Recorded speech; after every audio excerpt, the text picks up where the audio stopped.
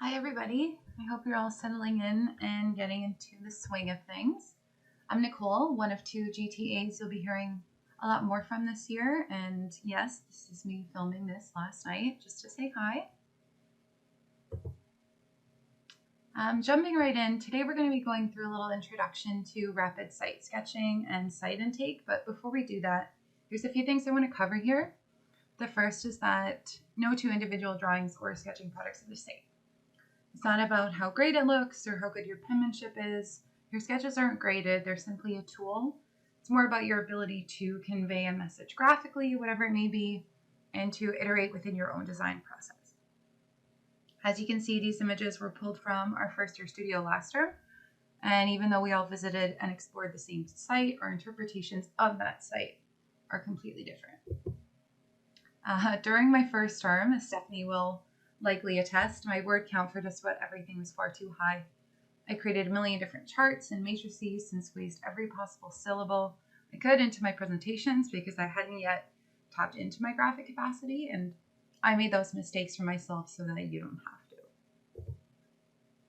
This is just a basic progression compilation of some of my own work where slowly, with practice and patience, I learned the power of sketching and drawing as a way to let my eyes and my hands and the sight and my ideas speak for me, and that's the skill that I want to share with you today. And the last thing is, last year, our previous design media TA and general legacy maker, Kristen Oakes, produced a wonderful set of introduction to sketching tutorials for the YouTube channel. We've relinked them in the description, so before you continue any further with me, please give those a watch and then come back. So now that we've got the basics nailed down, we're going to walk through how I might go about a site intake through rapid sketching. As far as I can tell, your assignment requires you to be on site and experience the site in the flesh, but it's pouring today, and I'm going to use the same site that I worked on when I was in my intro studio last year. I'm very familiar with it, and I already have some images that I can work from. So you've been tasked to take note of your own physical responses to site and to record 5 of these moments through photography, then complete a 1 to 3 minute sketch of each using the medium of your choice. I've elected for a 3-minute sketch for each, and I'll be doing 4 time sketches instead of 5. I'll put them up in a time lapse and then go over the process a bit. Just as a note, I began with an 0.4 micron and went up to 0.8 once I got to the forest sketch, but also because I left my marker out and it got a little dry. So first things first, I usually like to take some time to think about my sketch. Think about what I feel and what I want to convey, because 3 minutes is literally no time at all. You'll be shocked about how fast it runs out. So give some thought to the details you might want to include. For me, it's the smell of the fishy pier or the taste of the salty air. So the aquatic elements of this landscape, in addition to the structure itself, are the most important to me personally. Similarly, you might want to establish if there are any vanishing points, perspective lines to follow, or just little details that might bring the sketch to life. Depending on where and what you're sketching, it'll be fairly obvious where to start. Sometimes it's a boundary line, sometimes it's a horizon line, other times it's a side object or even a framing element. I prefer to start with the big items or the big moves that'll help me establish the correct perspective and depth, and then fill in the details afterwards. Of course, that's just a suggestion. If that doesn't feel right for you, then your intuition will often steer you in the right way.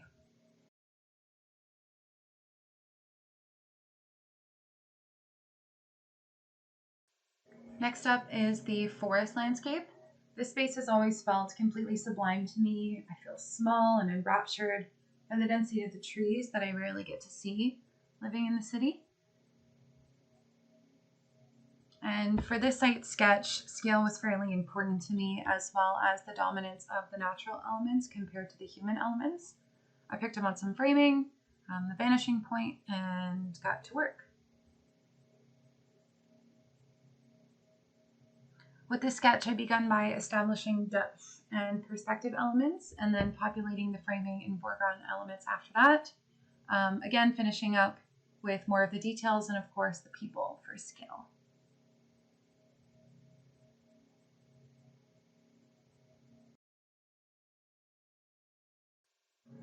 So this wetland might be my favorite part about this park, other than actually swimming in it. It's under rehabilitation and it's home to such a wonderful array of wildlife and fosters some really beautiful ephemeralities. It's nice because I rarely see the same view twice. What was important for me to showcase with this site sketch were those emotive elements that really bring me joy. The birds, obviously, the grasses, and the reflective qualities of the water. And then how those elements, such as the planted boundaries, can help me create depth and sightlines to work within. I begun with the planted boundary as a means of establishing some sort of framework to build off.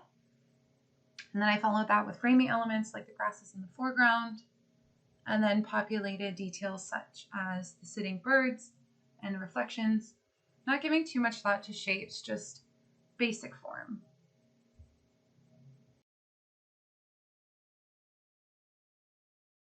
Finally, we'll end with the path to oppose the previous sketch. It's not all sunshines and rainbows here, and it's always been my least favorite part of the park. There's no separation between the cyclists and the pedestrians. It's just a bit of free-for-all. The photo doesn't really do the situation much justice, but it's the only one I have. Hopefully the concentration of people in the graphic will speak for itself, and I'll likely put in some placeholders to represent myself or someone who might be in a similar situation. Other important details include the path network and the perimeter planting.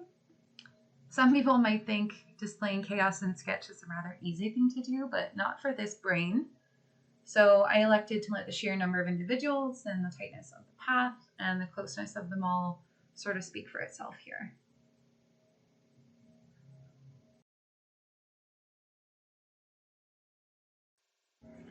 Finally, we have our site sketch, Amalgamation, which tells the story of a landscape full of hidden emotive, temporal, and ephemeral qualities. I hope that you get the chance to do the same within your landscape, and don't forget to enjoy the ride.